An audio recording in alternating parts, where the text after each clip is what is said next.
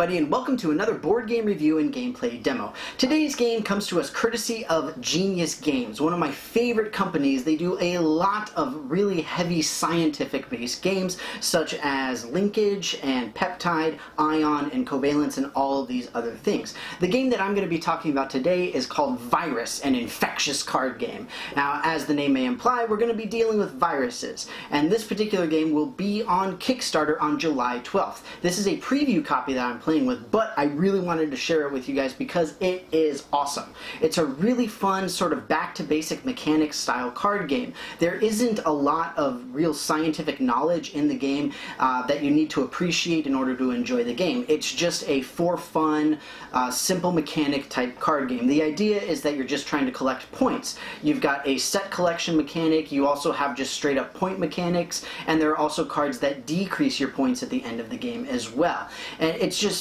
really fun, very simple. This is for 2 to 5 players. It plays in only about 20 to 25 minutes. Very, very quick. I'll get into all the details with my gameplay demo, but for now I'm going to talk about what this game is similar to.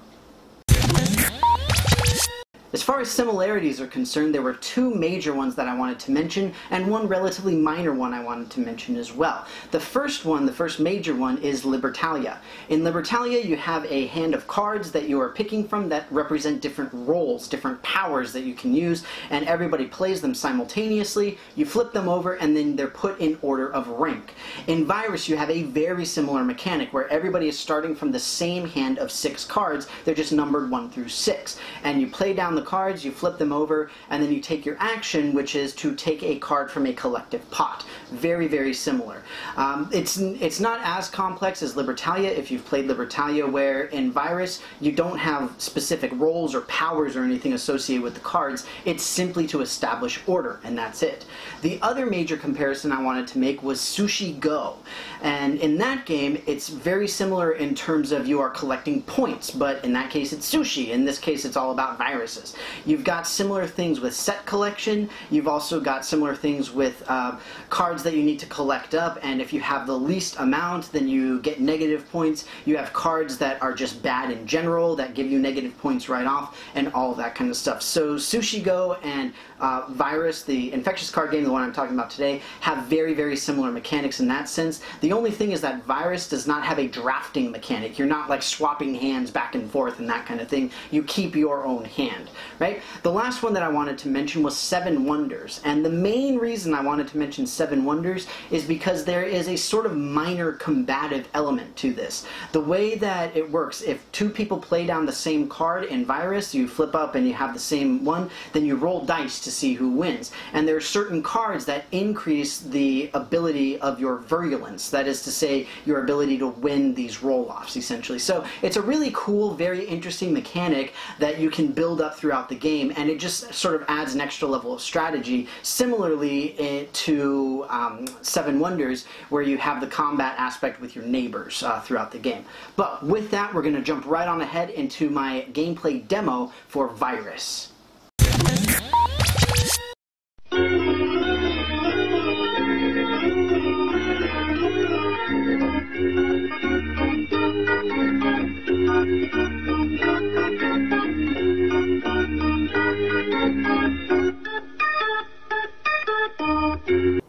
Alright everybody, we are all set up and ready to play Virus, an infectious card game.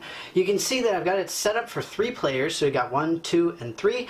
We've got our deck of cards that we'll be drawing from, we've got the bonus cards we'll be using, and then we've got some dice. And that's all that we need. Like I said, it's a very simple, very nice game. So the starting hands are all the same. You can see they are 6 cards labeled from 1 through 6, ranked up, and these cards are hidden from the rest of the players. So nobody else sees them. These are the cards that we'll pick throughout the rounds in order to pick the cards that come up in the collective pot. So every round we will draw cards from the deck equal to the number of players. So in this case we'll draw 3 cards each time. People will play down the cards that they want to try to get in the rank order they wish, and then they'll get to pick whichever card they want. Going over the different types of cards that we have, like I said, this game is all about points. We are trying to collect points, and there are several ways to do that. Okay, the first way is the very simple way of the genome cards. The genome cards are really, really easy. All that they do is they just give you straight up points. They have values of 3, 4, and 5. The other major ways that you can get points are with the spherical envelopes. So these are a sort of set collection card where the person who has the most of them at the end of the game gets 9 points, the second most gets 5, and the person with the least gets -3. So you want to make certain that you get at least some of the spherical envelopes. The other two major types of cards that get you points are the helical and icosahedral cards. These are the set collection cards that multiply in points as you get more and more. With the helical cards, you have when you have one card, you get 1 point, 2 cards is 3, and then 6, 10, 15, and 21. For the icosahedral cards, you have 1 point, then 4, 9, and 16 for each card that you get. The first person who collects a set of either one of these, so for example, the first person who gets a full icosahedral set of 4 cards gets the icosahedral bonus card of 7 points. The second person to do it gets the +3. Same thing for the helical cards. The first person to get the full set of 6 gets the +7 bonus card, and the second person to do it gets the +3 bonus card. And you get that right away, and you keep it until the end of the game. Counts for your points. There is a special type of card that counts as either an icosahedral or a helical. It cannot count as both. But when you get it, then you pick which one it is a part of. Another type of card that you can find is an increased virulence card. Each of these are worth 1 point, and then they give you a plus on die rolls. The die rolls come into play whenever people play the same ranked cards during a round. Each player will get a set of 2 dice, and they roll off to see who goes first in order to break the tie. If you have one or more of these cards, then you add some value to your dice roll. In this case, you would add +4 to the dice roll. So for example, if I roll a 5, then now I have a 9. Very, very simple. And again, they are worth points on their own as well. Another major type of card that we have are the mutation cards. So these cards have ranks of either 1 or 7, 8, or 9. Okay, and what these do is these replace your starting hand cards. So instead of dealing with just 1 through 6, you can replace, say, a 3 potentially with a 9 instead. And what you do is you just take a card from your discard pile, you get rid of that card from your discard pile, and you replace it with whichever one that you just picked up. Right? Very, very useful, at least potentially. Not necessarily with the 1. Last but not least, the final type of card is the vaccine card. This is a bad card you want to avoid. It just gives you straight up -3 points. So obviously nobody particularly wants that. Not good, no fun. Okay? But you might get stuck with one. And that's it. Those are all the different types of cards and what they do. Like I said, the way the game works is every round we will flip up cards equal to the number of players. The players will play their individual round rank cards, see who gets to pick first, and you just keep going like that. And again, you want to keep on the lookout for the set collections of various sorts, get those spherical envelopes so you don't get far behind on them, all that kind of stuff. Very, very simple. The game ends when the entire deck of cards has run out, and then everybody counts up their points and you see who wins. Easy, easy. Now, you may notice that on the backs of the cards, these say virulence. The reason they say virulence is because these card backs are from an older version of the game. Like I said, this is just a prototype for now, before the Kickstarter starts up in a couple of weeks. So that's why they have a different card back than virus instead. So we'll go ahead and get started. Flip up 3 cards. So we've got a vaccine, helical, and an increased virulence card. Okay, so with something like this, obviously we want to avoid getting that vaccine card. So maybe you want to play a card that's a little bit higher at least, not too high, because you want to make sure that you get some really good cards later on. All right, so go ahead and do that. Flip them over. We have a 5 and then 2 4s. So that means that these 2 guys get to roll off. This guy gets a 10 versus a 10. So they roll again. And uh-oh, a 4. A 4.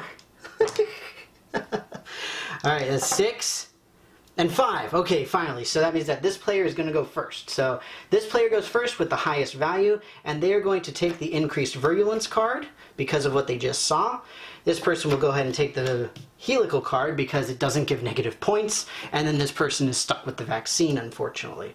So there's a couple of little things where as you're playing through this game, this is what's going to happen. After you play a round card, it goes into a separate discard pile. It goes into your own personal discard pile.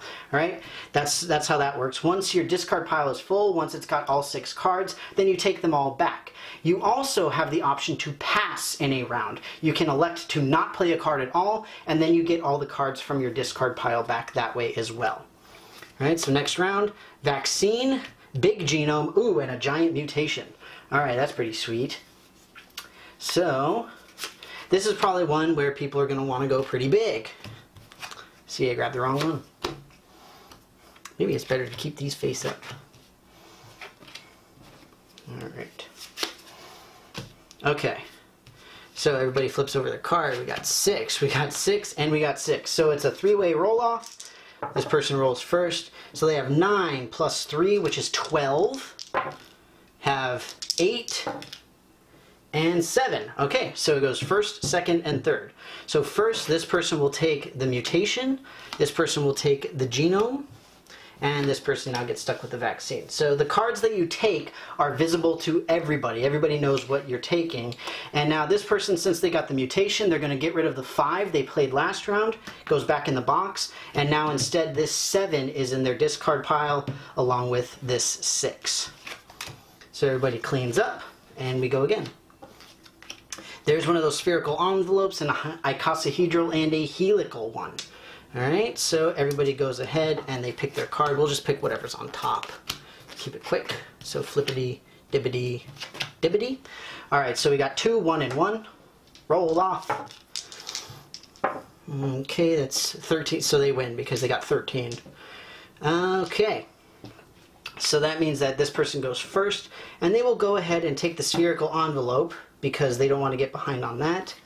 And then they will take the helical or icosahedral, make it into a helical, and then they get the icosahedral. Right? Easy, easy, easy. All right. Oh boy. Okay. So this is a bit of a weird one because you probably don't want to deal with this. So in this case, we'll say that this person is going to say that they pass. So when you pass, again, you get all of your discards back into your hand. So they get that, and then this person is going to take the risk and play a card, and then this person is going to be like, no, I've already got enough bad juju, so I'm going to pass as well. Okay, so they flip, this guy flips, it doesn't matter what it is because they win. So they get their helical to go along with the other helical that they got there. And now any cards that aren't picked up go back into the box. Right? Like I said, that's it. Those are the basic mechanics. Again, if you either run out of cards in your hand to play in order to go through a round, you get the cards from your discard pile, or if you pass during a round and elect not to play a card at all, you also get them from your discard pile. But that is the entirety of Virus, an Infectious card game. Like I said, it's simple, it's quick, it's fun, it's fast, it's an awesome little game. It's a perfect filler game for a game night. But with that, I hope you enjoyed my little demo for it, and we are going to go right on ahead into some general conclusions as well as the pros and cons. So that's it for my demo of Virus. Like I said, it's a very quick, really nice little card game, and again, you do not need the scientific background to really appreciate and have fun with the game, which is something that I absolutely love. But with that, we're going to go on ahead into some pros and cons, as well as just general conclusions about the game. First off, some of the pros. First pro is I love the art. I know this is something that I never mentioned to you guys, but I guess mostly as a scientist, I appreciate the art, and again, you don't need the science background for it, but it really is pretty cool in that sense. Second major pro, I like that it's so concisely built. Alright, this is a game where it knows what it's about, essentially. You don't have any like frilly whatevers and all this kind of stuff. It is an excellent, excellent filler game at any game night. It's absolutely amazing, right? Third thing, the third major pro for me is, again, unlike with a lot of other Genius Games' games, you don't need the scientific background, all right? With many of those games like Linkage and Peptide and things like that, there is such a deeper appreciation for the game itself if you are familiar with the science behind it. Whereas with this one, I mean, sure, there's science behind it because you're talking about viruses and you've got, you know, different mutations and this kind of thing, but at the same time, it's not in a strictly scientific context. And that, I'm totally fine with that. It's great. Like I said, it's perfectly fine. And I think that it makes the game a lot more accessible, just like the fact that it's so small and, again, so concise and just really easy to play, right? On to a couple of the cons. The biggest con for me in this is simply the dice rolling aspect. You guys know that I am really not a big fan of rolling dice, but you know, at the same time, I like the idea that there is the mitigating factor of being able to get those virulence cards so that you can increase your odds of winning in those little showdowns, right? It makes it tremendously helpful. Absolutely awesome.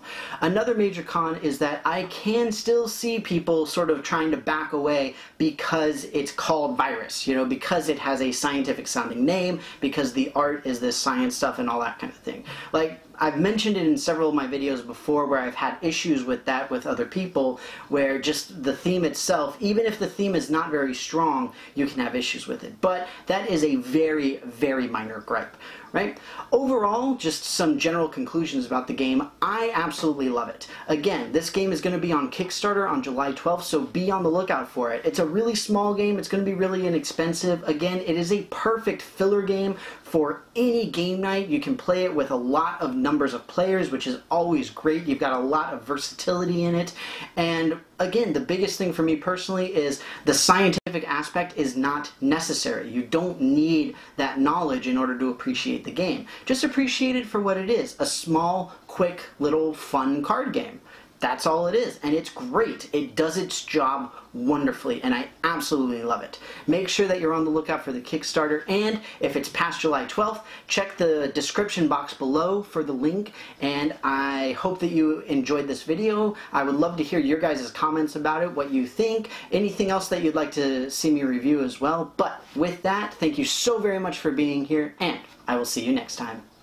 Thank you again for watching my board game review and gameplay demo for Virus, an Infectious card game. I hope that you enjoyed it, and do keep in mind that this is scheduled to be on Kickstarter starting on July 12th. So come back at that time and you can check out the link in the description for this video. But in the meantime, I hope you enjoyed this video. I hope it at least made you interested in trying out the game. And again, do let me know any and all thoughts that you have about it in the comments below, including if you'd like to see any specific games for me to review as well. With that, I've got several of my playlists linked up at the top of the page so you can see some more of my work, and if you want, you can click the big giant subscribe button to see more of me in the future. With that, thank you very much again, happy gaming, and I will see you next time.